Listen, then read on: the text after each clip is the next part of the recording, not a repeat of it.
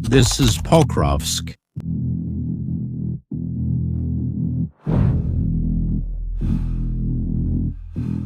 It took Russia a year and a half to get here, more than 100,000 soldiers. And when he finally took the city in February 2026, Putin had plenty of reasons to celebrate.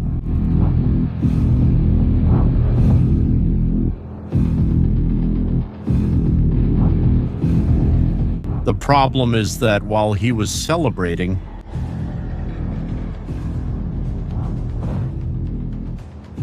Ukraine had already prepared the next trap, and Russia fell into the first one without realizing it.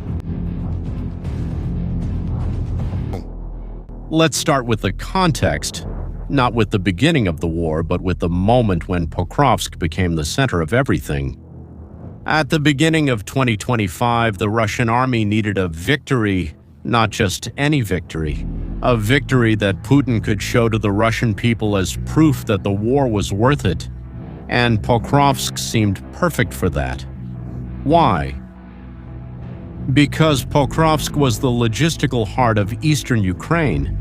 Everything went through there: roads, railways, military supply routes. Whoever controlled Pokrovsk would control the flow of resources for a large part of the Ukrainian front line. It was a city that, on paper, would change the course of the war if it fell. Putin knew this and set the capture of Pokrovsk as the main objective of the year. The problem is that Ukraine knew this too. And instead of simply defending the city, they did something much smarter. They turned Pokrovsk into a trap. Think of it this way. Imagine you know that a thief is going to try to break into your house.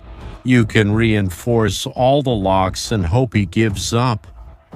Or you can purposely leave a window easier to open, put a silent alarm on the other side, a dog waiting in the darkness. The thief will come in through the window, but he'll regret it a lot. That's exactly what Ukraine did. For months, every street, every building, every corner of Pokrovsk was turned into a defensive position, not to hold the city forever. That was never the real goal, but to make Russia pay the highest possible price for every meter advanced. Every apartment block became a point of resistance. Every abandoned factory turned into an ambush. The entire city was turned into a battlefield designed to destroy as much of the Russian army as possible before any Ukrainian withdrawal, and the numbers show that it worked brutally.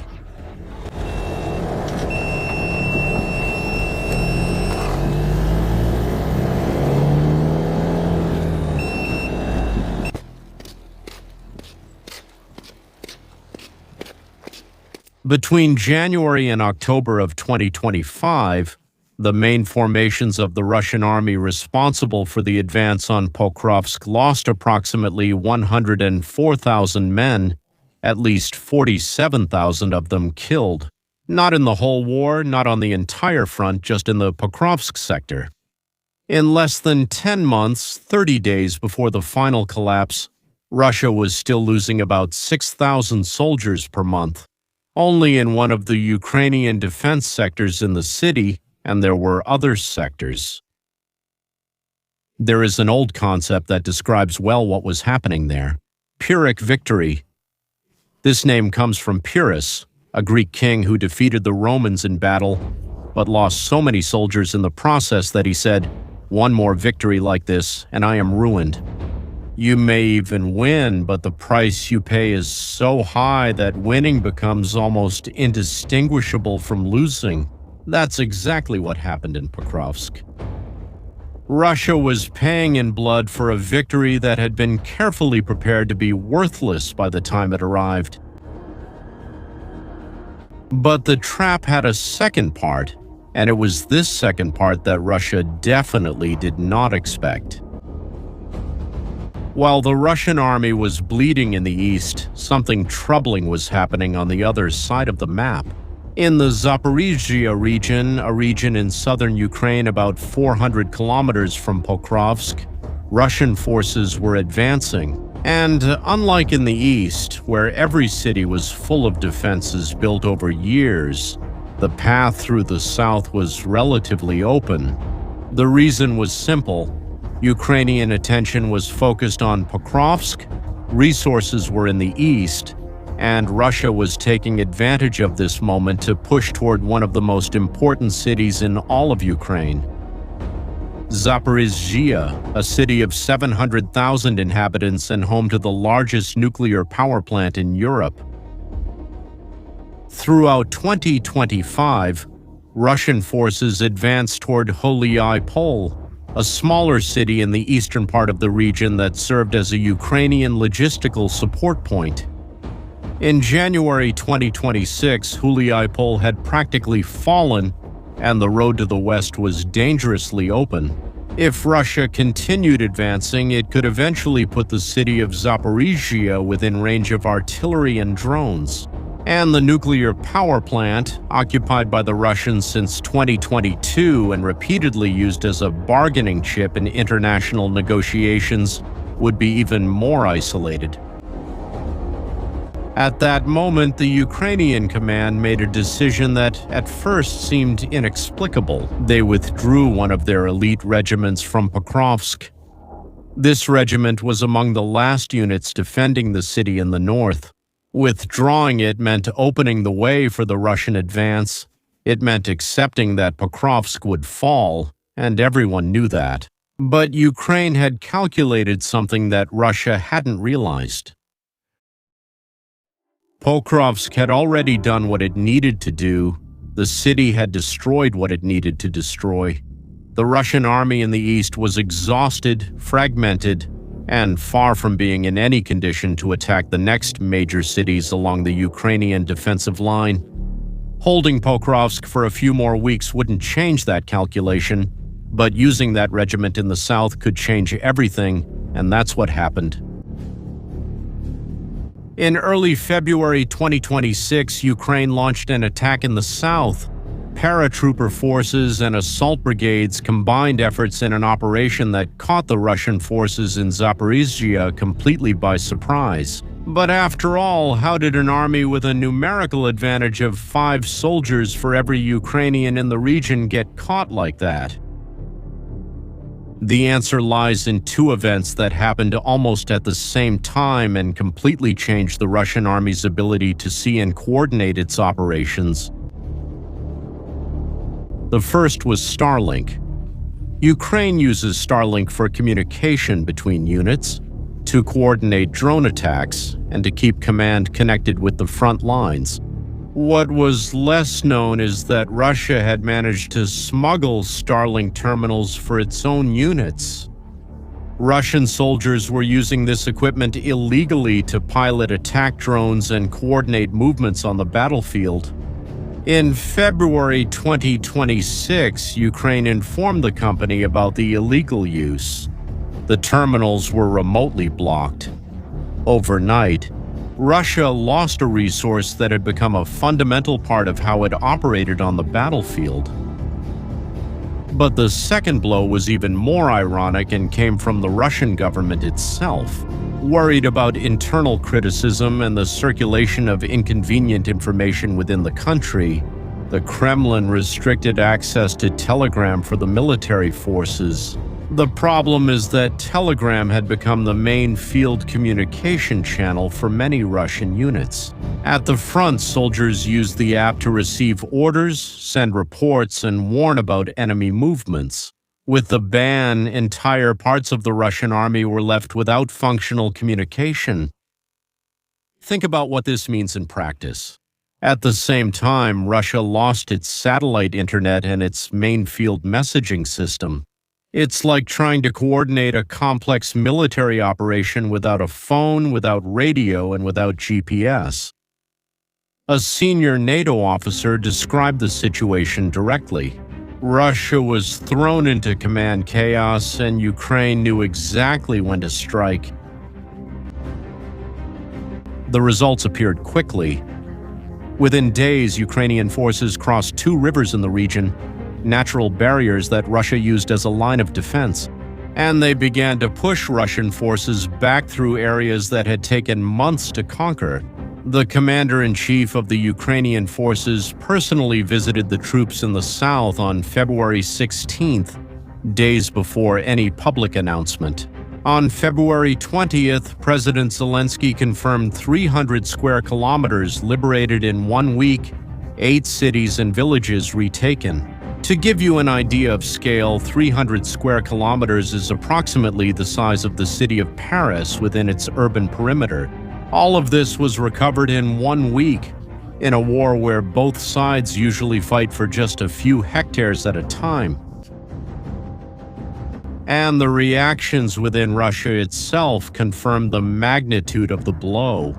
In Russia, there is a group of online channels, each with hundreds of thousands of followers, managed by people who support the war and closely follow the battlefield.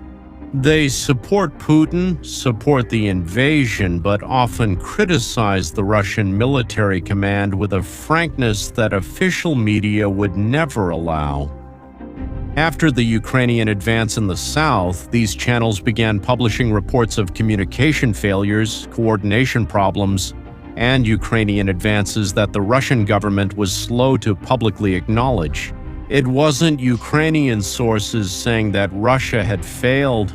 It was Russians who support the war admitting that their own army had been caught sleeping. And while all this was happening on the battlefield, something equally important was unfolding at the negotiating tables in Europe.